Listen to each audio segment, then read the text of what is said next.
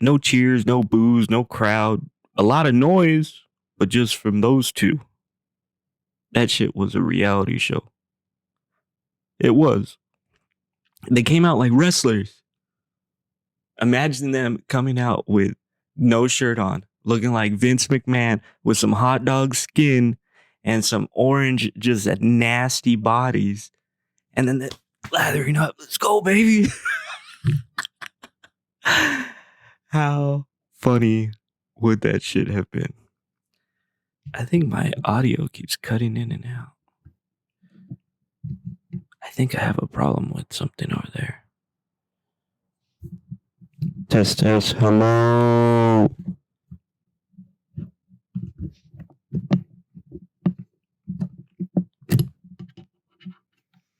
Hello. Hello, hello, hello. All right, I hope it's working now. So, like I was saying, the debates were today. Oh my goodness. We had Joe Biden and Donald Trump, our president, Donald Trump,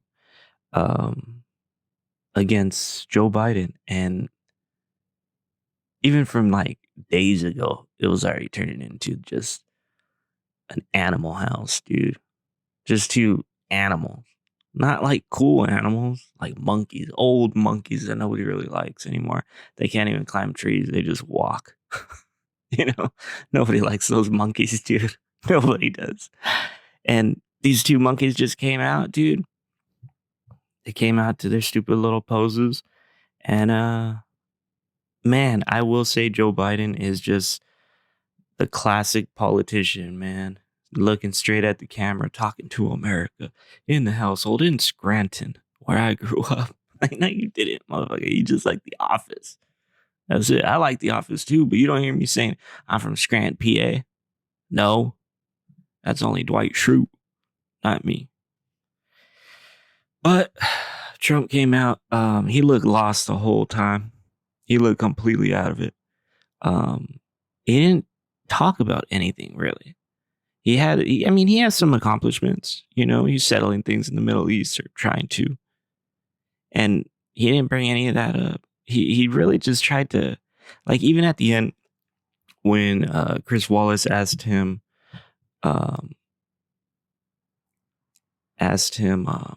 why, asked both candidates, why should people vote for you? And Joe Biden goes on his whole spiel of how he's going to turn America around and the devil is Donald Trump. But when it went to Donald Trump, all he started doing was talking about Joe Biden. Trying to attack Joe Biden. He didn't say anything about why people should vote for him. These are the plans I have in mind. What plans does he have for the next 4 years? Has he been talking about them? The wall's not done. There's a lot of things that he hasn't done. And sure, he can blame the Democrats for getting in the way, but he signed up for the job. He knew politics. He knew how dirty it can get. Maybe he wasn't prepared. He fires everyone who disagrees with him. Maybe if he talked to somebody that disagreed with him and they were able to come to an agreement on something, that would be amazing. But he just fires people as soon as they disagree. And then he tells them they're like a hostile employee.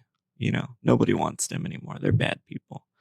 And maybe those people are going to be, chastised and they'll never get a job again. Who knows?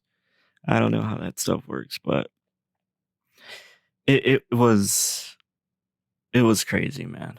And I have a whole log of the whole debate. I was just taking notes, random things. But listening to Biden, he was dialed in tonight. But it's the consistency that I think is most important.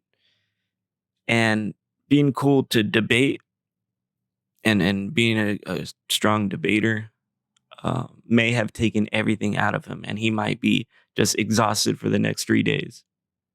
How's that going to play out when he has big meetings with Russia and he's got to be in China or he's got to be all over the world and ready to go, ready to address America, ready to handle whatever, fires come his way. And I don't know if he's the most responsive guy, dude. He seemed like a robot, like a straight up robot. And it's sketchy, dude, because what if people are putting him in place that we don't even know about? People in the shadows, man. People in the dark, people that control the real thing. You know what I mean? Not this little fantasy puppet headmaster stuff. I'm talking about like some underground stuff. You know what I'm saying? Or something cool I don't even know about. You know what I mean? That'd be tight. But I want to say Rasheed Wallace. I'm going to call him Rasheed Wallace the whole time. To give credit to him, he did try to keep his composure, but it was funny as heck trying to see him calm Trump down. But I enjoyed it, man. Rasheed Wallace in the house. Rasheed Wallace had that thing in his head. I don't know what it was, like a missing hair piece or hair spot or something. It had to have been genetic. But anyways, Rasheed Wallace, man, he was posting up, trying to get those rebounds, trying to get those rebound questions so he can throw them to Trump or Biden. That's how I saw Rasheed Wallace. So, Biden started saying, well, Donald Trump's against Roe v. Wade. And Trump's like, what the heck are you talking about? I've never even said that. And then it's all going to come down to fact checking. I don't know how to fact check. I mean, I can, but I don't even know if my facts are correct. You know what I'm saying? But it's interesting, man. A lot of things are going to change too. The Supreme Court rules on Obamacare like a week after the election. So after November 3rd, like a week after, they go to court for that. And it's going to be interesting. Are they going to be able to get a justice? Can't remember her name right now. The female justice said Trump has just not nominated. Are they going to get her confirmed before? I don't know. But, Trump's completely against Obamacare and I don't understand all the facts for supporting it. I don't understand the intricate levels of Obamacare. I do understand from a, based grassroots area that it is,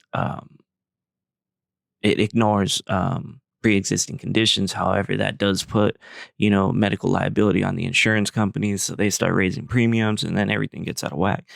But Trump wants to repeal Obamacare. However, he doesn't come and say what his plan is. Well, what are you going to do for the Americans that were using Obamacare? Because people are obviously using it. What do you do? And he doesn't really have a plan. So that's really scary, dude. That's really scary because American lives are going to be affected big time. And I don't know the economic ramifications of having Obamacare in existence. I don't know what's to come from it. If it's going to cause our demise in 5 to 10 years. I don't know. Financially, I'm saying. Is it becoming more of a socialized healthcare where, everybody's waiting? There's long lists, long waits. You got homeless going in there all the time. And you can't say they're abusing it because it is free to the public. I don't know.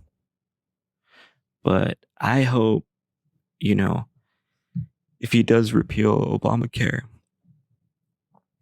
I hope he has something in place, man, because that's not cool. Americans are just in limbo. Like a lot of Americans are in limbo right now. Where's the stimulus bill? Huh? Yeah, all of our attention is focused on Mr. Orange and Mr. Sleep over there. I don't understand it. They gave us $1,200. They gave us $1,200. I think they gave $1,200, and that was in April. I think I don't even remember. And people are still on lockdown here in California, dude. It's still locked up, dude. You can't even go inside a restaurant. You can go to Walmart and Target, and I don't think they even check for capacity. I don't know. Maybe they do, and I just don't see it. But those places are packed. And then you can't return clothing. I know it's a first world problem right there, but people are always buying clothing, trying it on, and then taking it back. I had a friend, she was Armenian. She would buy like $1,000 worth of clothes from Nordstrom online, try them on, and then keep whatever she wanted and return whatever she didn't. And she had a trunk full of stuff that she used to hide from her parents because she had a credit card and she was just going to town at Nordstrom's, man. But what am I talking about? I don't know what I'm talking about. I was talking about healthcare. But Biden, man, he said, would you shut up, man? Biden with his, I guess, Scranton accent. I didn't hear any accents on The Office, so, man, I think that's booty. Or do they have accents in Scranton, PA? I don't know. Somebody look at that up. But then they got into COVID, dude. And, Biden gave it to him. He's like, man, we got 200,000 deaths and counting. And we got 7 million confirmed COVID diagnosis. That's a lot of people, man. That's a lot of people. And, Biden brought it up. You can't just brush that stuff off like Trump tried to do in the beginning, dude. Saying, it'll just go away with the heat. That I don't understand that, man. And then he just stopped like to Dr. Fauci and his little council or whatever they had going on. He just stops it, like whatever. I understand they want to get things open because our economy is just, the more we go on closed, the more our economy is just taking a hit. And the longer it's going to be to recover. So whether Trump or Biden take office, it is going to be a very difficult time. And Trump, in Trump's defense, what he kept telling Biden was, well, if it was you would have 2 million deaths. And I don't know if that's true, but it doesn't sound like it. Like, how are you going to tell? Like, what are we doing here? Playing hypothetical? What if I was married to your wife? What are we doing here, man? This is ridiculous. I don't even think they're married. I think as soon as he gets out of office, she's going to divorce him because she shows him no love, man. No appreciation, And I would think that you'd want to make your husband feel as comfortable and loved as possible. But that's just my theory on them too. But that's all Trump kept saying was, oh, well, you'd have 2 million deaths. And you got Trump was telling Biden, you got mad at me for closing China. You tried to tell me I'm a xenophobe. And Biden's like, yeah, that's all you did, though, I guess. And then Biden or Trump goes on in his defense, trying to say that he was he got the move on the PPEs and everything we need, masks, gloves, all that stuff. And but I know he held off on using the military. There was an option, I forgot, some type of act you can invoke that allows for the military to assist in the manufacturing of like PPE. And he held off for, a little too long, people say. But what are you going to do? The dude's president and he was not signed up for that kind of stuff, man. He only signed up to fix the economy. And it's now we're screwed because of his lack, And Trump even threw the swine flu, H1N1, on because it came up, I think, in 2014. And it came up, and obviously under Obama's administration, with Biden being the VP, and I think they had 14,000 deaths due to swine flu, and Biden did bring that up. But again, I don't really follow it. Back in 2014, what was I doing? I was 25 with a daughter, and I think I was engaged maybe. But yeah, I was 25, man. I didn't care about politics. I didn't care who was in office. I just knew Obama was there. My dad hated him. That's all I knew. But I didn't really follow politics until this year. So I'm no expert, man, but I try. I've always tried to keep informed. I'll be honest with y'all. But so they went on to COVID and they spoke their piece, on either side. It's all hypothetical. What ifs? If you were here, if I was there, if we can do that. But Rasheed Wallace moved on to having these large rallies that Trump has, where he has like all kinds of people show up to his rallies, and I believe they try to social distance, but it's really big crowds. And then you look at Biden and it's real small. He doesn't want a lot of people. He tries to abide to the, I guess, woke mob on what you should be doing for to combat COVID.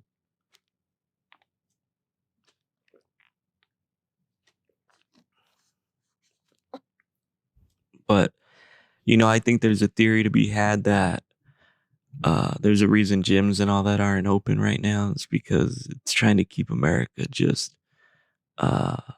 fat, or if they're able to get 4 adults out of 10 to stop working out, they won't be as harmful if we break out into a civil war. I don't know, man, but there's a lot of weird things that can happen, and I think Biden is real neck deep in the mud with a lot of those people in the shadows and in the dark, people that come out at night. And Trump, I think, was trying to like oust those people, but then again, he was hanging out with Jeffrey Epstein at one point. They were together at one point, across from each other at one point. Now, you knowing everything you know about Epstein and the nastiness that he was, and Ghislaine Maxwell and those pimps, and I don't mean pimps in like a glory. There's no glory behind being a pimp. It's disgusting. Who would want to be a pimp? You really want to beat up women? I don't know.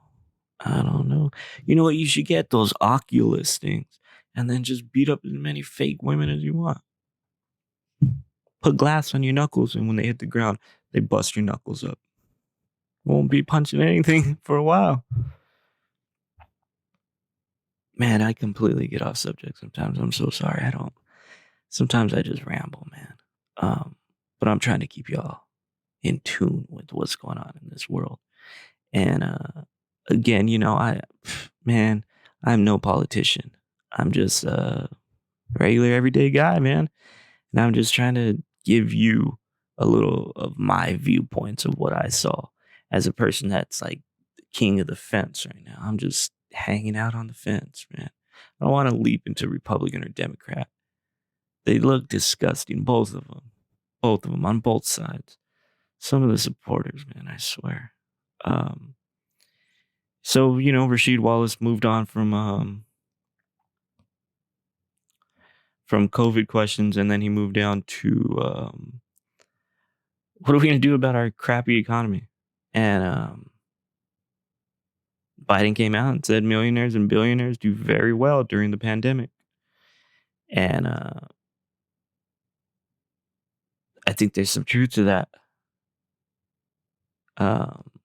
Jeff Bezos, man, he cashed in all these grocery store conglomerates and companies, Kroger's, and go to the Kroger website and you'll see a list of all their companies that they own or they all partner with.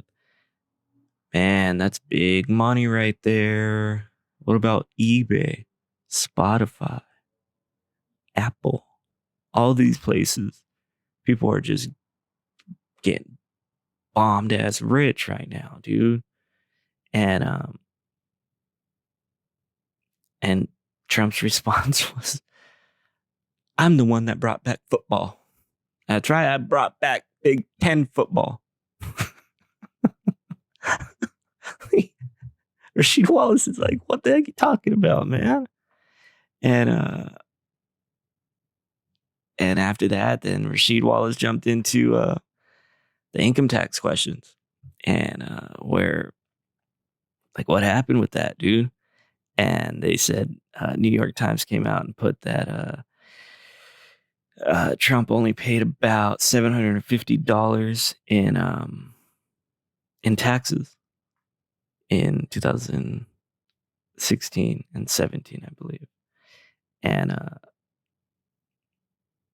that's disgusting, man, if that's true. Trump just said, I paid millions in taxes and state taxes too. But I think, there's a good, there was a tax consultant, tax attorney on, I think, like CNN. And although it is CNN, however, she came from like a non-biased standpoint. You could hear it in her speech. And she spoke about how under Obama's administration during like the real bad recession and coming out of it like 2009, 10, 11, he enacted to be able to claim losses, not just 2 years back, but up to 5 years back. And Trump had some major losses